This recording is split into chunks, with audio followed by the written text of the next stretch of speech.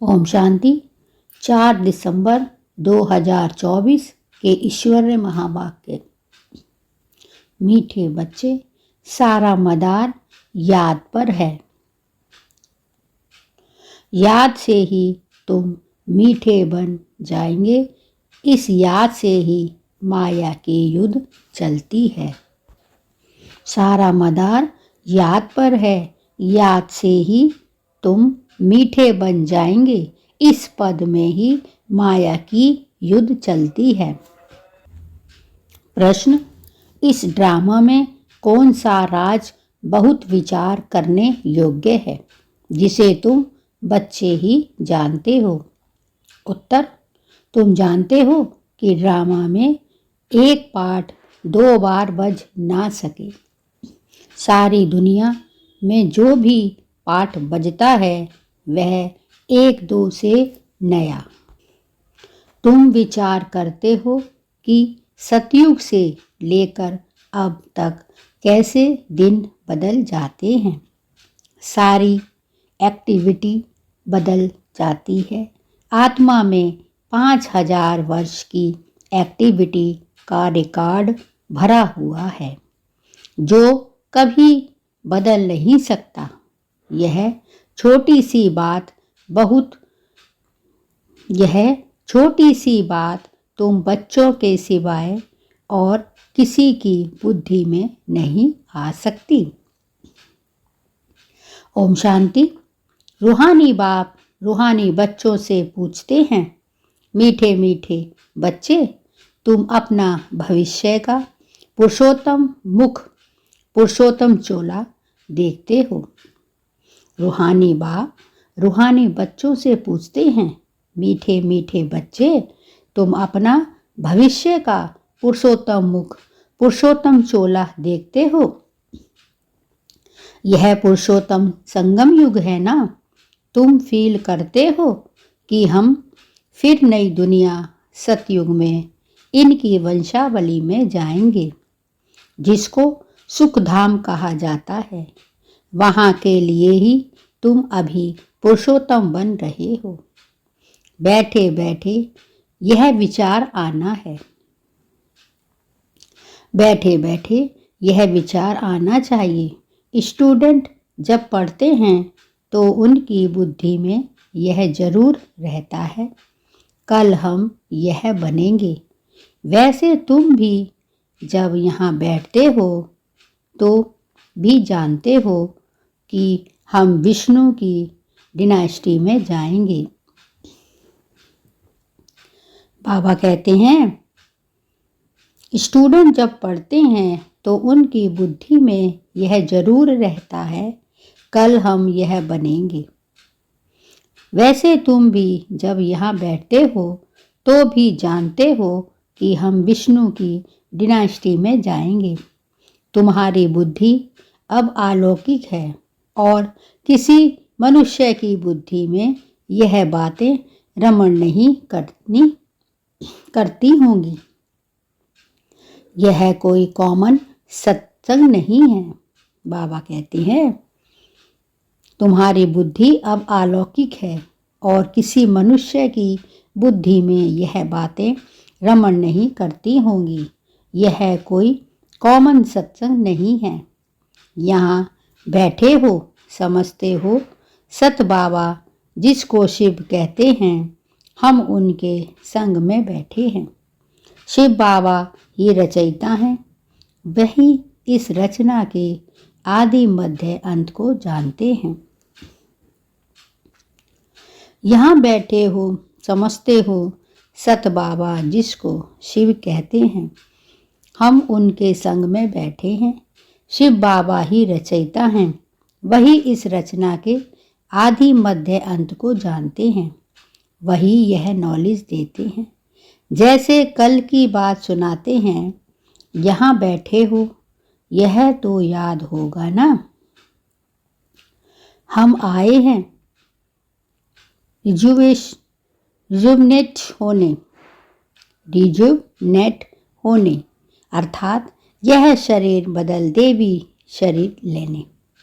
आत्मा कहती है, हमारा यह तमो प्रधान पुराना शरीर है, इसको बदलकर ऐसा शरीर लेना है। कितनी सहज एम ऑब्जेक्ट है। पढ़ाने वाला टीचर जरूर पढ़ने वाले स्टूडेंट से होशियार होगा ना। पढ़ाते हैं, अच्छे कर्म भी सिखलाते हैं। अभी तुम समझते हो, हमको ऊंचते ऊंच भगवान पढ़ाते हैं तो जरूर देवी देवता भी बनाएंगे। बाबा कहते हैं, अभी तुम समझते हो, हमको ऊंचते ऊंच भगवान पढ़ाते हैं तो जरूर देवी देवता ही बनाएंगे। यह पढ़ाई है ही नई दुनिया के लिए, और किसको नई दुनिया का जरा भी पता नहीं है। यह लक्ष्मी नारायण नई दुनिया के मालिक थे। देवी देवताएं भी तो नंबरवार होंगे ना। सब एक जैसे तो हो भी नहीं सकते, क्योंकि राजधानी है ना। यह ख्यालात तुम्हारे चलते रहने चाहिए। हम आत्मा अभी पतित से पावन बनने के लिए पावन बाप को याद करते हैं। आत्मा याद करती है अपने स्वीट बाप को।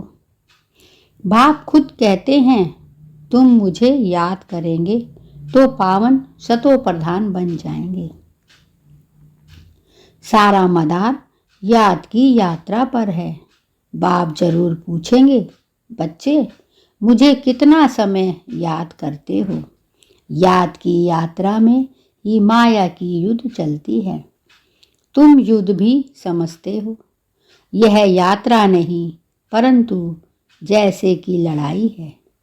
इसमें ही बहुत खबरदार रहना है। नॉलेज में माया के तूफान आदि की बात नहीं। बच्चे कहते भी हैं, बाबा हम आपको याद करते हैं, परंतु माया का एक ही तूफान नीचे गिरा देता है। नंबर 1 तूफान है देह अभिमान का, फिर है काम, क्रोध, लोभ और मोह का। बाबा कहते हैं, माया एक ही तूफान नीचे गिरा देता है। नंबर 1 तूफान है देह अभिमान का, फिर है काम, क्रोध, लोभ, मोह का। बच्चे कहते हैं, बाबा हम बहुत कोशिश करते हैं याद में रहने की, कोई विघ्न ना आए, परंतु फिर भी तूफान आ जाते हैं। आज क्रोध का, कभी लोभ का तूफान आया। बाबा आज हमारी अवस्था बहुत अच्छी रही। कोई भी तूफान सारा दिन नहीं आया। बड़ी खुशी रही। बाप को बड़े प्यार से याद किया। स्नेह के आंसू भी आते रहे। बाप की याद से ही बहुत मीठे बन जाएंगे। यह भी समझते हैं, हम माया से हार खाते खाते कहाँ तक आकर पहुँचे हैं। बाबा कहते हैं, हम यह भी समझते हैं, बच्चों से कहते हैं, हम यह भी समझते हैं, हम माया से हार खाते खाते कहाँ तक आकर पहुँचे हैं। यह कोई समझते थोड़े ही हैं। मनुष्य तो लाखों वर्ष कह देते हैं या परंपरा कह देते। तुम कहेंगे हम फिर से अभी मनुष्य से देवता बन रहे हैं। यह नॉलेज बाप ही आकर देते हैं। विचित्र बाप ही विचित्र नॉलेज देते हैं। विचित्र निराकार को कहा जाता है। निराकार कैसे, यह नॉलेज देते हैं। बाप खुद समझाते हैं, मैं कैसे इस तन में आता हूँ। फिर भी मनुष्य मूझते हैं, क्या एक इसी तन में आएगा। परंतु ड्रामा में यही तन निमित्त बनता है, जरा भी चेंज हो नहीं सकती। यह बातें तुम ही समझकर और दूसरों को समझाते हो। आत्मा ही पढ़ती है, आत्मा ही सीखती सिखलाती है। बाबा कहते हैं आत्मा ही पढ़ती है, आत्मा ही सीखती सिखलाती है। आत्मा मोस्ट वैल्यूबल है। आत्मा अविनाशी है, सिर्फ शरीर खत्म होता है। बाबा कहते हैं आत्मा मोस्ट वैल्यूबल है, आत्मा अविनाशी है, सिर्फ शरीर खत्म होता है। हम आत्माएं अपने परम पिता परमात्मा से रचता और रचना की आदि मध्य अंत की 84 जन्मों की नॉलेज ले रही हैं। हम आत्माएं अपने परम पिता परमात्मा से रचता और रचना के आदि मध्य अंत के 84 जन्मों की नॉलेज ले रहे हैं। नॉलेज कौन लेते हैं? हम आत्मा। तुम आत्मा ने ही नॉलेजफुल बाप से मूल वतन सूक्ष्म वतन को जाना है। मनुष्यों को पता ही नहीं है कि हमें अपने को आत्मा समझना है। मनुष्य तो अपने को शरीर समझ उल्टे लटक पड़े हैं। गायन है आत्मा सतचित आनंद स्वरूप है। परमात्मा की सबसे बड़ी जास्ती महिमा है। एक बाप की कितनी महिमा है। वही दुख हरता सुख करता है। मच्छर आदि की तो इतनी महिमा नहीं करेंगे कि वह दुख हरता सुख करता ज्ञान का सागर है। नहीं, यह है बाप की महिमा। यह है बाप की महिमा। तुम बच्चे भी मास्टर दुख हरता सुख करता हो। तुम बच्चों को भी यह नॉलेज नहीं है। जैसे बेबी बुद्धि थी, बच्चे में नॉलेज नहीं होती और कोई अवगुण भी नहीं होता है। इसीलिए उसे महात्मा कहा जाता है, क्योंकि पवित्र है।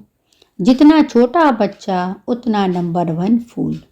बिल्कुल ही जैसे कर्मातीत अवस्था है। कर्म अकर्म विकर्म को कुछ भी नहीं जानते हैं, इसीलिए वह फूल है। सबको कशिश करते हैं, जैसे एक बाप सभी को कशिश करते हैं। बाप आए ही हैं सभी को कशिश कर खुशबूदार फूल बनाने। कई तो कांटे के कांटे ही रह जाते हैं। बाबा कहते हैं कई तो कांटे के कांटे ही रह जाते हैं। 5 विकारों के वशीभूत होने वाले को कांटा कहा जाता है। बाबा कहते हैं 5 विकारों के वशीभूत होने वाले को कांटा कहा जाता है। नंबर 1 कांटा है देह अभिमान का, जिससे और कांटों का जन्म होता है। कांटों का जंगल बहुत दुख देता है। किस्म किस्म के कांटे जंगल में होते हैं। बाबा कहते हैं कांटों का जंगल बहुत दुख देता है। किस्म किस्म के कांटे जंगल में होते हैं ना, इसीलिए इसको दुख धाम कहा जाता है। नई दुनिया में कांटे नहीं होते, इसीलिए उसको सुख धाम कहा जाता है। शिव बाबा फूलों का बगीचा लगाते हैं। शिव बाबा फूलों का बगीचा लगाते हैं। रावण कांटों का जंगल लगाता है। रावण कांटों का जंगल लगाता है, इसीलिए रावण को कांटों की झाड़ियाँ से जलाते हैं और बाप पर फूल चढ़ाते हैं। इन बातों को बाप जाने और बच्चे जाने और ना जाने कोई। तुम बच्चे जानते हो ड्रामा में एक पार्ट 2 बार बज ना सके। बुद्धि में है सारी दुनिया में जो पार्ट बजता है वह 1-2 से नया। तुम विचार करो सतयुग से लेकर अब तक कैसे दिन बदल जाता है। बाबा कहते हैं तुम विचार करो सतयुग से लेकर अब तक कैसे दिन बदल जाता है। सारी एक्टिविटी ही बदल जाती है। 5000 वर्ष की एक्टिविटी का रिकॉर्ड आत्मा में भरा हुआ है। सारी एक्टिविटी बदल जाती है। 5000 वर्ष की एक्टिविटी का रिकॉर्ड आत्मा में भरा हुआ है। वह कभी बदल नहीं सकता। हर आत्मा में अपना अपना पार्ट भरा हुआ है।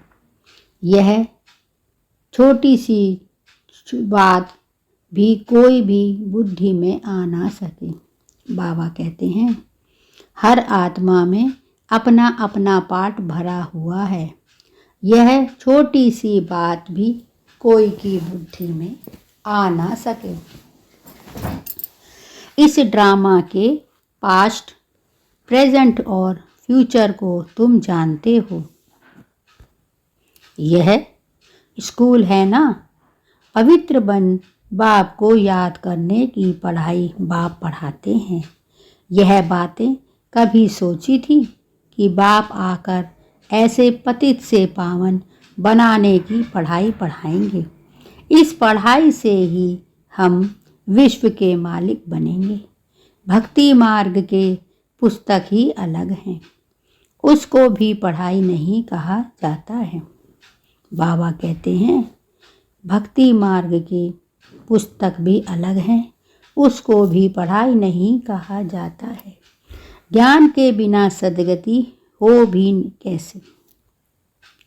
बाप बिना ज्ञान कहाँ से आए जिससे सद्गति हो। सद्गति में जब तुम होंगे तब भक्ति करेंगे। नहीं, वहाँ है ही अपार सुख। फिर भक्ति किस लिए करें। यह ज्ञान अभी तुम्हें मिलता है। सारा ज्ञान आत्मा में भरा रहता है। आत्मा का कोई धर्म नहीं होता। बाबा कहते हैं सारा ज्ञान आत्मा में भरा हुआ है। आत्मा में कोई धर्म नहीं होता। आत्मा जब शरीर धारण करती है फिर कहते हैं फलाना इस धर्म का है। आत्मा का धर्म क्या है। यह एक तो आत्मा बिंदी मिसल है और शांत स्वरूप है। शांति धाम में रहती है। बाबा कहते हैं आत्मा का धर्म क्या है। एक तो आत्मा बिंदी मिसल है और शांत स्वरूप है। शांति धाम में रहती है। अभी बाप समझाते हैं सभी बच्चों का बाप पर हक है। तुम बच्चे हैं जो और धर्मों में कन्वर्ट हो गए हैं। वह फिर निकलकर अपनी असली धर्म में आ जाएंगे। जो देवी देवता धर्म छोड़कर दूसरे धर्म में गए हैं वह सभी पत्ते लौट अपनी जगह पर आ जाएंगे। तुम्हें पहले पहले तो बाप का परिचय देना है। इन बातों में ही सब मूझे हुए हैं। तुम बच्चे समझते हो अभी हमें कौन पढ़ाते हैं। बेहद का बाप। श्री कृष्ण तो देहधारी है। इनको ब्रह्मा बाबा को भी दादा कहेंगे। तुम सब भाई भाई हो ना। फिर है मर्तबे के ऊपर। भाई का शरीर कैसा है, बहन का शरीर कैसा है। आत्मा तो एक छोटा सितारा है। इतनी सारी नॉलेज एक छोटे से सितारे में है। सितारा शरीर के बगैर बात भी नहीं कर सकता। सितारे को पाठ बजाने के लिए इतने ढेर ऑर्गन्स मिले हुए हैं। तुम सितारों की दुनिया ही अलग है। आत्मा यहाँ आकर फिर शरीर धारण करती है। शरीर छोटा बड़ा होता है। आत्मा ही अपने बाप को याद करती है। वह भी जब तक शरीर में है, घर में है, आत्मा बाप को याद करेगी नहीं। वहाँ कुछ भी मालूम नहीं पड़ता हम कहाँ हैं। आत्मा और परमात्मा दोनों जब शरीर में हैं तब आत्माओं और परमात्मा का मेला कहाँ जाता है।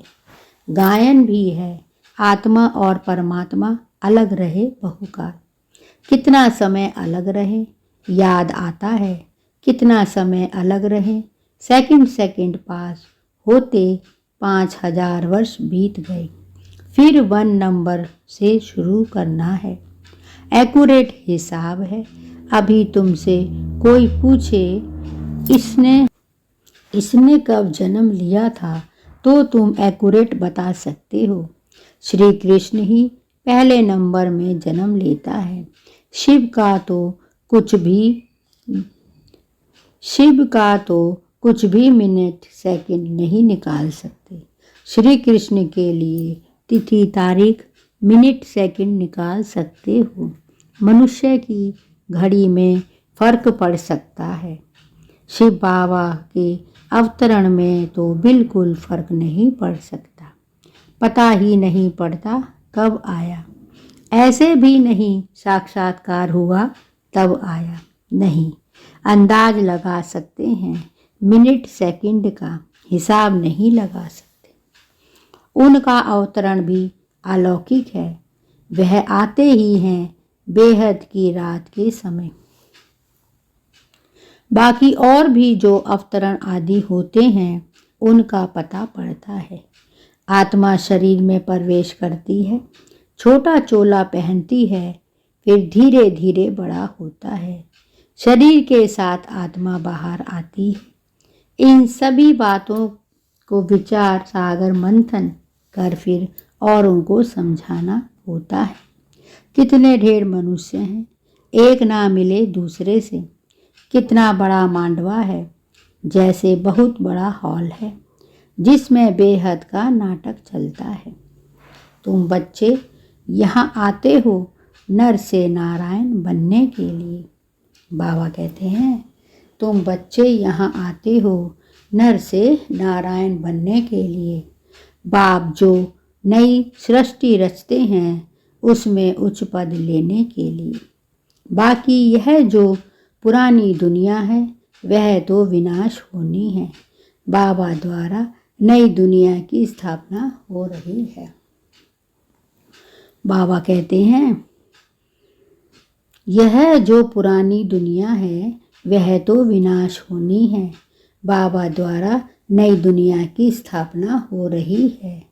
बाबा को फिर पालना भी करनी है। बाबा को फिर पालना भी करनी है। जरूर जब यह शरीर छोड़े तब फिर सतयुग में नया शरीर लेकर पालना करें। उसके पहले इस पुरानी दुनिया का विनाश भी होना है। भंभोर की आग लगेगी, पीछे यह भारत ही रहेगा, बाकी तो खलास हो जाएंगे। भारत में भी थोड़े बचेंगे। तुम अब मेहनत कर रहे हो कि विनाश के बाद फिर सजाएं ना खाएं। अगर विकर्म विनाश नहीं होंगे तो सजाएं भी खाएंगे और पद भी नहीं मिलेगा।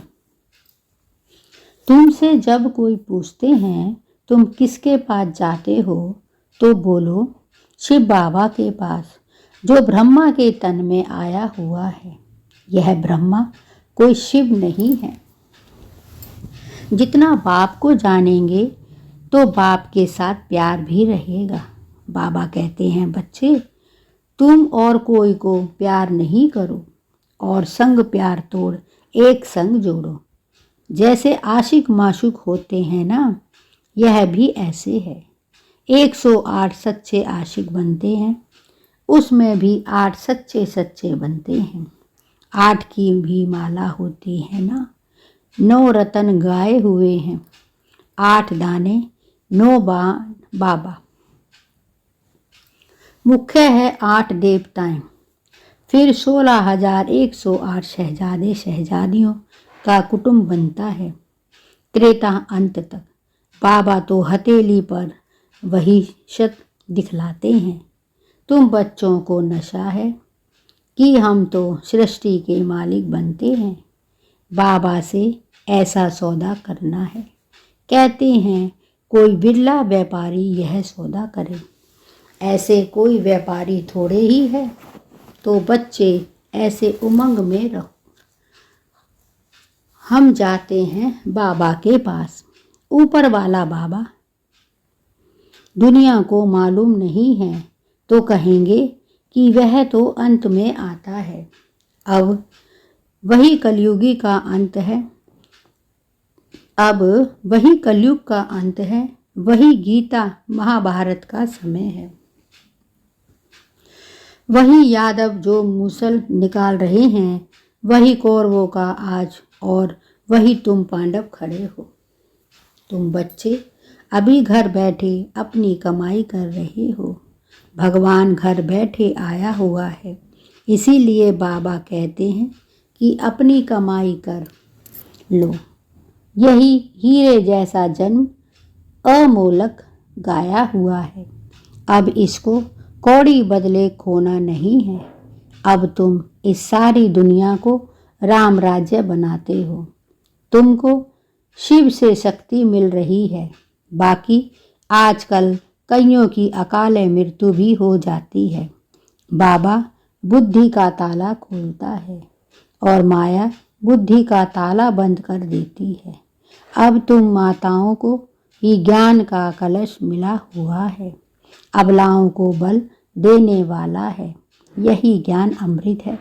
शास्त्रों के ज्ञान को कोई अमृत नहीं कहा जाता। अच्छा, मीठे मीठे सिकी लदे बच्चों वृत, माता पिता बाप दादा का याद प्यार और गुड मॉर्निंग। रूहानी बाप की रूहानी बच्चों को नमस्ते। और हम सब रूहानी बच्चों की रूहानी माता पिता बाप दादा को याद प्यार, गुड मॉर्निंग और नमस्ते। शुक्रिया बाबा, शुक्रिया। धारणा के लिए मुख्य सार। एक बाप की कशिश में रहकर खुशबूदार फूल बनना है।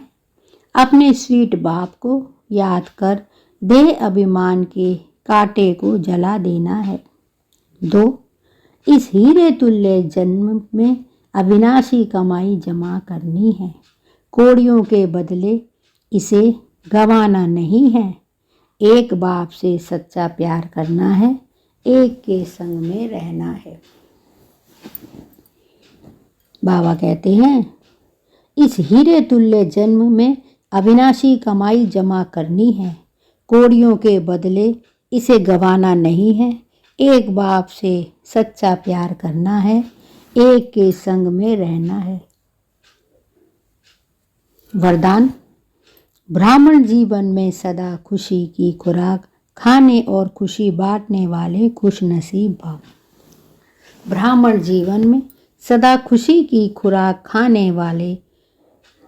खाने और खुशी बांटने वाले खुश नसीब भव।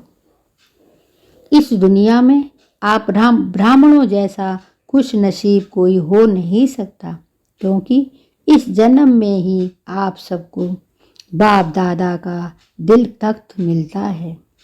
सदा खुशी की खुराक खाते हो और खुशी बांटते हो। इस दुनिया में आप ब्राह्मणों जैसा खुश नसीब कोई हो नहीं सकता, क्योंकि इस जीवन में ही आप सबको बाप दादा का दिल तख्त मिलता है। सदा खुशी की खुराक हो और खुशी बांटते हो। इस समय बेफिक्र बादशाह हो। ऐसी बेफिक्र जीवन सारे कल्प में और किसी भी युग में नहीं है। बाबा कहते हैं, सदा खुशी की खुराक खाते हो और खुशी बांटते हो। इस समय बेफिक्र बादशाह हो। ऐसी बेफिक्र जीवन सारे कल्प में और किसी युग में नहीं है। सतयुग में बेफिक्र होंगे, लेकिन वहाँ ज्ञान नहीं होगा। अभी आपको ज्ञान है, इसीलिए दिल से निकलता है, मेरे जैसा खुश नसीब कोई नहीं। और किसी भी युग में ज्ञान नहीं है। अभी आपको ज्ञान है, इसीलिए दिल से निकलता है, मेरे जैसा खुश नसीब कोई नहीं है। स्लोगन। संगम युग के स्वराज्य अधिकारी ही भविष्य के विश्व राज्य अधिकारी बनते हैं। संगम युग के स्वराज्य अधिकारी ही भविष्य के विश्व राज्य अधिकारी बनते हैं। शुक्रिया बाबा, शुक्रिया। यह थे बाबा के आज के अनमोल मधुर वाक्य। ओम शांति।